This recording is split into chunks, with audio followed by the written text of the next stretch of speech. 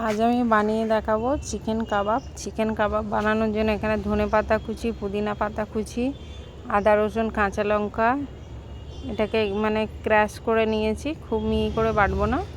কাঁচা লঙ্কা কুচি নিয়েছি, বেসন নিয়েছি। এখানে বেসনের পরিবর্তে আপনারা মকাইয়ের আটা ইউজ করতে পারেন। আর এখানে নিয়ে নিয়েছি গুঁড়ো মশলা, সব চাট মশলা, জিরে ধনে, আর হচ্ছে কসুরি মেথি, চিলি ফ্লেক্স, নুন, এগুলো দিয়ে ভালো করে ম্যারিনেশন করে নেবো। আর গোলমরিচ পাউডার দিতে হবে অল্প। লাস্টে দেবো লেবুর রস দিয়ে ভালো করে এটাকে ম্যারিনেশন করে আধ ঘন্টার জন্য ফ্রিজে সেট হতে দিতে হবে।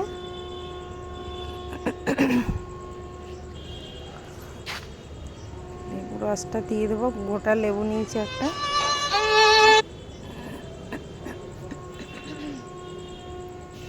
গোটা লেবুর রস নিয়েছি, নিয়ে পুরোটা দিয়ে দেবো। দিয়ে ভালো করে একটু তেল একটু দিয়ে ভালো করে এটাকে মেখে রাখতে হবে কিছুক্ষণ।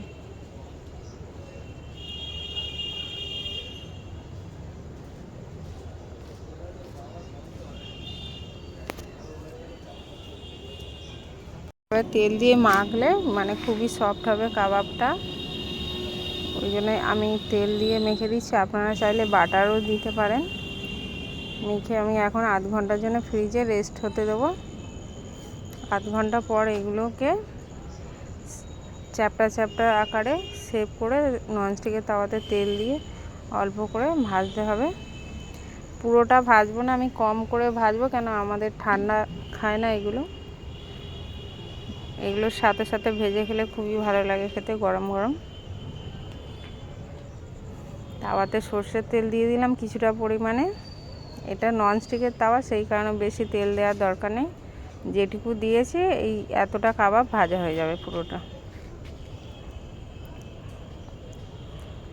আর আমার ভিডিওটা যদি আপনাদের ভালো লেগে থাকে লাইক কমেন্ট শেয়ার করবেন। ফেসবুক থেকে দেখলে আমার পেজটি ফলো করবেন, আর ইউটিউব থেকে দেখলে আমার চ্যানেলটি সাবস্ক্রাইব করে দেবেন, এই অনুরোধ রাখছি। বেশ কয়েকদিন হয়ে গেল আমি ভিডিও দিতে পারিনি, কেন আমি পড়ে যাওয়ার কারণে আমার কোমরে চোট হয়েছে, সেই কারণে আমি ভিডিও দিতে পারিনি কয়েকদিন।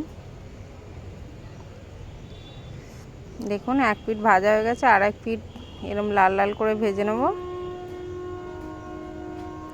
সবগুলো ভাজা হয়ে গেছে, প্লেটে সার্ভ করে দেখাচ্ছি।